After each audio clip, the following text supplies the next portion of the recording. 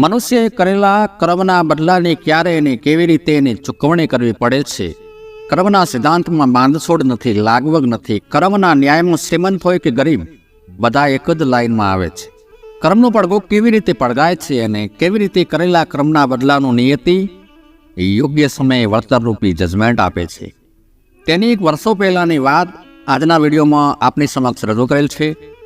વર્ષો પહેલાંની આ વાત છે, એટલે વાર્તા પ્રસંગને પૂરો સાંભળશો. કર્મફળનો સિદ્ધાંત અફર અને શાશ્વત છે. દરેક માણસને તેણે કરેલા કર્મોનું ફળ ભોગવવું જ પડે છે. કર્મોના ફળથી કોઈ બચી શકતું નથી.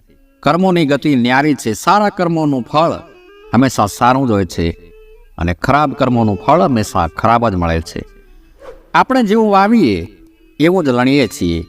જો આપણે કાંટા જ વાવ્યા હશે તો કાંટા વાગશે, અને જો ફૂલ છોડ રોપ્યા હશે તો સુગંધ પ્રાપ્ત થશે. એટલે સંત કબીરે સાચું જ કહ્યું છે કે કાયા ખેત કિસાન મન પાપ પુણ્ય દો બીજ, બોયા લૂને અપના કાયા ઉસકે જીવ, કરે બુરાઈ સુખ ચાહે કેસે પાવે કોઈ, રોપે પેડ બબૂલ કા આમ કહા સે હોય. અર્થાત શરીર છે એ ખેતર છે અને આપણું મન એ ખેડૂત છે, અને પાપ પુણ્ય એ બે બીજ છે. એમાંથી જે વાવીશું એ જ પાકશે. માણસ જ્યાં જાય છે ત્યાં તેના કર્મો પણ તેની સાથે જ જાય છે. જે કર્મો પ્રારબ્ધ બની ગયા છે તેને તો ભોગવ્યા વિના છૂટકો જ નથી. અને કોઈકે સત્ય કહ્યું છે કે કર્મ લેખ મીટે નહીં, કરે કોઈ લાખ ચતુરાઈ. વાસ્તવમાં કર્મોનું ફળ મળ્યા વગર રહેતું જ નથી. તે આજે નહીં તો કાલે અવશ્ય મળે જ છે. ક્યારેક આપણને એવું લાગે છે કે મેં તો હંમેશા સારા કર્મો જ કર્યા છે, તેમ છતાં મારા જીવનમાં દુઃખ કેમ આવ્યું? પહેલી નજરે તો આ વાત સત્ય લાગે છે. આપણે સારા કર્મ કર્યા હોય તો એના પરિણામે દુઃખ નથી આવતું, પરંતુ આપણે ભૂતકાળમાં એવું કોઈ ખરાબ કર્મ અવશ્ય કર્યું છે જે હવે સંજોગોનો સાથ મળતા આપણા જીવનમાં દુઃખના રૂપમાં પ્રગટ થઈ રહ્યું હોય છે. અત્યારે આપણે જે સારા કર્મ કરી રહ્યા છીએ તે પણ એક દિવસ પરિપક્વ થઈ અને આપણો પ્રારબ્ધ બની જાય છે, અને આપણને તેવું સુખદ ફળ ગમે ત્યારે મળશે જ. આ સંદર્ભમાં એક નાનકડી સરસ કથા છે, એના પછીનો પ્રસંગ તમે પૂરો સાંભળજો. એકવાર દેવર્ષિ નારદ ભગવાન વિષ્ણુને મળવા માટે વૈકુંઠમાં ગયા. ભગવાન વિષ્ણુને નમન વંદન કરીને તેમણે કહ્યું કે ભગવાન, આજકાલ તો ધરતી પર કર્મફળના વિધાનથી ઉલટા પરિણામો જોવા મળે છે. મેં મૃતલોકમાં કેટલીક એવી ઘટનાઓ જોઈ છે કે જેનાથી હું ખૂબ જ આશ્ચર્યચકિત છું, જેનાથી મારું મન એ જાણવા ખૂબ જ વ્યાકુળ છે. માટે કૃપા કરી અને પ્રભુ મને એ સમજાવવાનું કષ્ટ કરો. એટલે ભગવાન વિષ્ણુએ પૂછ્યું કે દેવર્ષિ, તમને એવી કઈ ઘટનાઓ જોવા મળી તે મને થોડું વિસ્તારથી જણાવો. એટલે નારદજીએ કહ્યું કે પ્રભુ, હું એક દિવસ પૃથ્વી પર ભ્રમણ કરી રહ્યો હતો, ત્યારે મેં જોયું કે એક ગાય જંગલમાંથી પસાર થઈ રહી છે. એ દરમિયાન તે એક જગ્યાએ કાદવમાં ઉતરી ગઈ અને તે બહાર નીકળવા હાટું ઘણો પ્રયત્ન કરી રહી હતી, પરંતુ બહાર નીકળી શકતી નહોતી. એ જ સમયે ત્યાંથી એક ચોર નીકળ્યો અને ગાયને બહાર કાઢવાને બદલે તેના ઉપર પગ મૂકીને આગળ વધી ગયો. એ ચોરના વજનથી ગાય કાદવમાં વધારે ખૂંપી ગઈ. તે ચોર આગળ ગયો એટલે તેને ઝાડ નીચેથી સોનામોરો ભરેલી એક થેલી મળી, અને ચોરના તો ભાગ્ય ખુલી ગયા. પછી મેં જોયું કે એ જ રસ્તે થઈ અને એક સંત સાધુ નીકળ્યા. એમણે પણ કાદવમાં ફસાયેલી તે ગાયને જોઈ, અને ગાયને એ પરિસ્થિતિમાં જોઈને તેમના મનમાં કરુણા જાગી. તેઓ તરત જ એ ગાયને મદદ કરવા માટે કીચડમાં ઉતર્યા. ખૂબ જ મહેનત કરી અને ગાયને બહાર કાઢી. ત્યાર પછી તેઓ આગળ ગયા. એ દરમિયાન તેમને રસ્તામાં એક મોટા પથ્થરની ઠોકર વાગી અને તેઓ નીચે પડી ગયા, અને એમના માથામાં ઈજા થવાથી રક્ત વહેવા લાગ્યું. નારદ મુનિએ ભગવાનને કહ્યું કે પ્રભુ, આવો અનર્થ કેમ?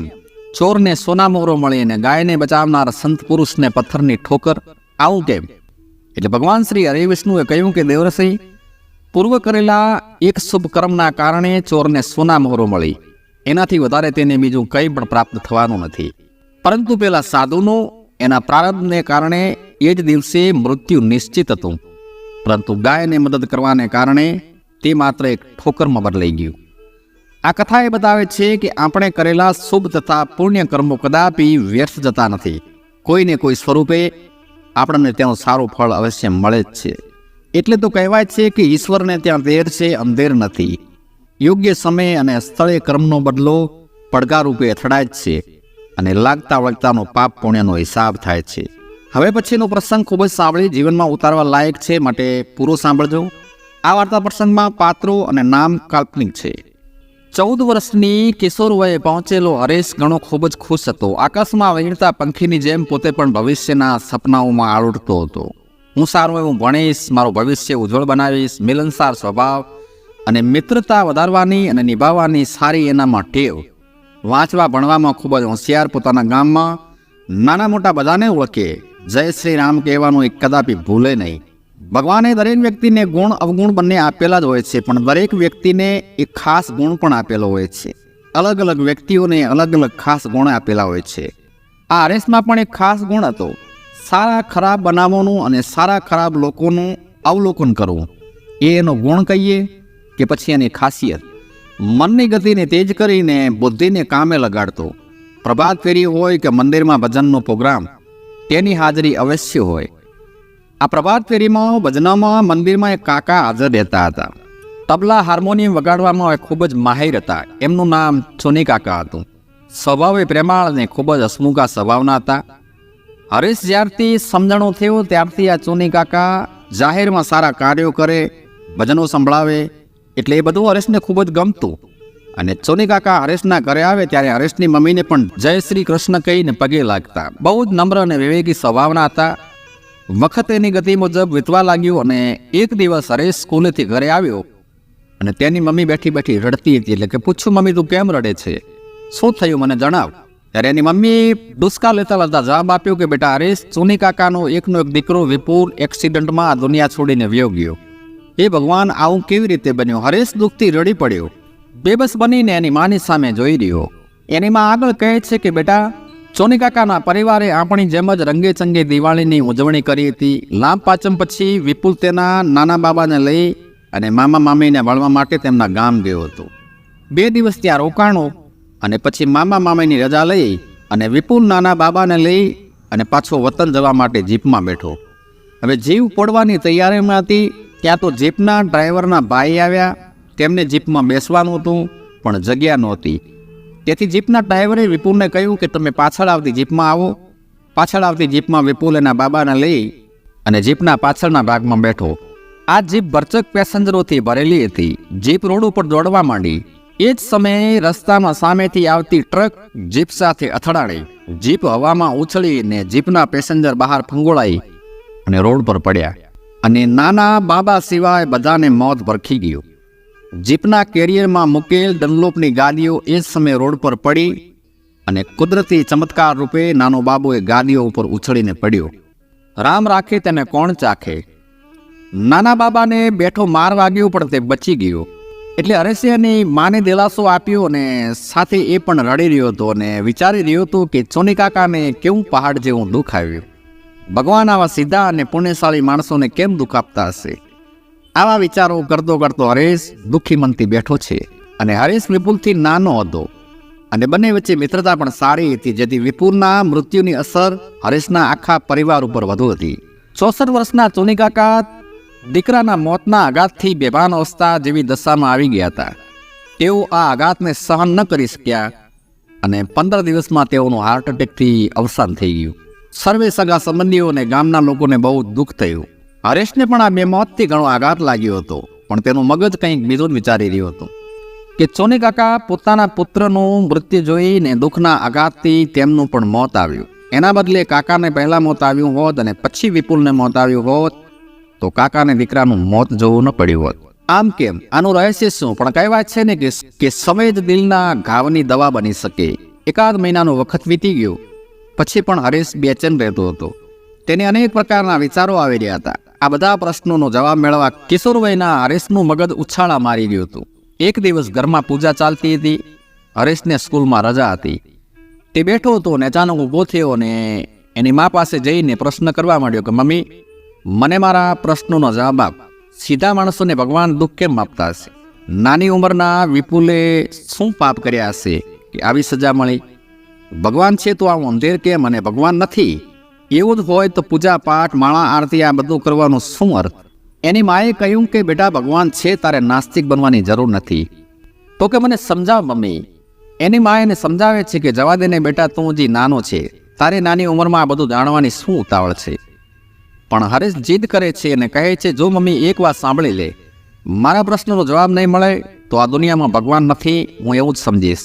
એ જીદ કરવા લાગ્યો કે તું મને મારા પ્રશ્નનો જવાબ કેમ નથી આપતી, મને હવેથી ભણવામાં પણ રુચિ નથી, મારો વિચાર કેમ નથી કરતી. અને એની મમ્મીની આંખમાંથી દળદળ અશ્રુઓની ધારા વહેવા માંડી કે મારા બેટા ઉપર બે મોતની કેટલી બધી ઊંડી અસર થઈ છે. એને ભાન થયું છે કે આટલી નાની ઉંમરમાં કેટલું બધું વિચારી શકે છે. મનથી નિર્ણય લઈને મજબૂત બનીને હરેશની મમ્મીએ કહ્યું કે સાંભળ બેટા, હું તારા પ્રશ્નોનો જવાબ આપું છું, તેના માટે હું 45 વર્ષ પહેલાંની બનેલી ઘટનાનું વર્ણન તારી સાથે કરું છું. પણ મારી શરત એ છે કે તારે જીવનભર આ વાતનું રહસ્ય કોઈને કહેવાનું નથી. હરેશે કહ્યું સારું મમ્મી, હું કોઈને પણ નહીં કહું. પછી એની મમ્મીએ વાત ચાલુ કરી કે આજથી 45 વર્ષ પહેલાંનો સમાજ આજના સમાજ કરતાં ખૂબ જ વિપરીત હતો. છોકરા છોકરીઓના લગ્ન થતા એ સમયે અસલ દેખાવે સુંદર ન હોય એવા મૂર્તિયાના બદલે સારો અને દેખાવડો છોકરો બતાવવામાં આવતો હતો. એ સમયે ચોની કાકા 20 વર્ષના દેખાવડા હતા અને તેમના પિતાશ્રીને પૈસાની લાલચ આપીને એક બ્રાહ્મણની છોકરી જોડે લગ્ન કરવા બેસાડી દેવામાં આવ્યા. લગ્નના 15 દિવસ પછી એ બ્રાહ્મણની છોકરીને કાઢી મૂકવામાં આવી. પણ જતાં જતાં બ્રાહ્મણની એ છોકરી આંખમાં અશ્રુની હેલી સાથે અંતરની બધી વેદના એકઠી કરી અને શ્રાપરૂપી શબ્દો બોલી કે હું તો જાઉં છું, મારી જિંદગી તમે બગાડી છે, પણ ભગવાન મને આપેલા દગાને બદલે તારે ચક્રવૃત્તિ વ્યાજ સાથે ભગવાન તારી પાસેથી બદલો લેશે. તમારે પૂરેપૂરું વળતર ચૂકવવું પડશે, ત્યારે ધોળા દિવસે તારા દેખાઈ જશે. ભગવાન તમને ક્યારે માફ નહીં કરે. હવે એક સુરે બધું આ ચૂપચાપ સાંભળી રહ્યો હતો. બેટા તને એ પ્રશ્ન થાય છે ને, એ ચોની કાકા તેમના દીકરા વિપુલ પહેલા મરી ગયા હોત તો તેમને દીકરો ગુમાવવાના દુઃખ ના જોવું પડ્યું હોત. પણ કુદરતના ઘેર દેર છે પણ અંધેર નથી. તેમણે કરેલા કર્મ તેમને જ ભોગવા પડે એવો કર્મનો કાયદો છે. બીજો પ્રશ્ન તારો એ છે કે વિપુલનો શું વાંક? તો ગયા જન્મમાં સંચિત કર્મોનું પરિણામ છે. અને સાથે સાથે એમ પણ કહેવાય છે કે મા બાપના કર્મો સારા હોય કે ખોટા હોય, તેના છાંટા સંતાનો સુધી ઊંડ્યા વિના રહેતા નથી. સંતાનોને પણ ભોગવવા પડે છે. કર્મ કોઈને છોડતું નથી. સોની કાકાએ 20 વર્ષની ઉંમરે કરેલા કુકર્મનું ફળ એમને 65મા વર્ષે મળ્યું. ભગવાન કરેલા સત્કર્મોનું પુણ્ય ભોગવા દે છે, તે જ રીતે કુકર્મોનું ફળ યોગ્ય સમયે યોગ્ય સ્થળે આપે જ છે. ત્યારે હરેશના મસ્તિષ્કમાં સોની કાકાના બે સ્વરૂપ અસ્તિત્વમાં આવ્યા, કુકર્મ અને સુકર્મ. વર્તમાનમાં કયા કર્મોથી આપણે દુઃખી થઈએ છીએ તેની આપણને ખબર નથી. પણ જ્યારે સુખના દિવસો હોય કે દુઃખના, નીતિમત્તાનું ધોરણ ક્યારેય નીચું ના જવું જોઈએ, નહીં તો કુકર્મના સંસ્કાર પાછલા દરવાજે બારણે ટકોરા માર્યા વગર આપણા મનમાં ઘૂસી જઈ અને કુકર્મો કરાવે છે. કુદરતનો નિયમ છે કે જ્યાં આઘાત સર્જાય ત્યાં પ્રત્યાઘાત સર્જાય જ છે. તેથી જ કર્મોનું કાળચક્ર કોઈને પણ બક્ષતું નથી. વહેલો કે મોડો ન્યાય થઈને જ રહે છે. તો દર્શક મિત્રો, કેવું લાગ્યું આજનો આ વાર્તા પ્રસંગ? પસંદ આવ્યો હોય તો લાઈક કરી વિડીયોને શેર જરૂરથી કરજો. એ જ અપેક્ષા સાથે આ તમામને મારા પ્રણામ. જય શ્રી કૃષ્ણ. ધન્યવાદ. રામ રામ.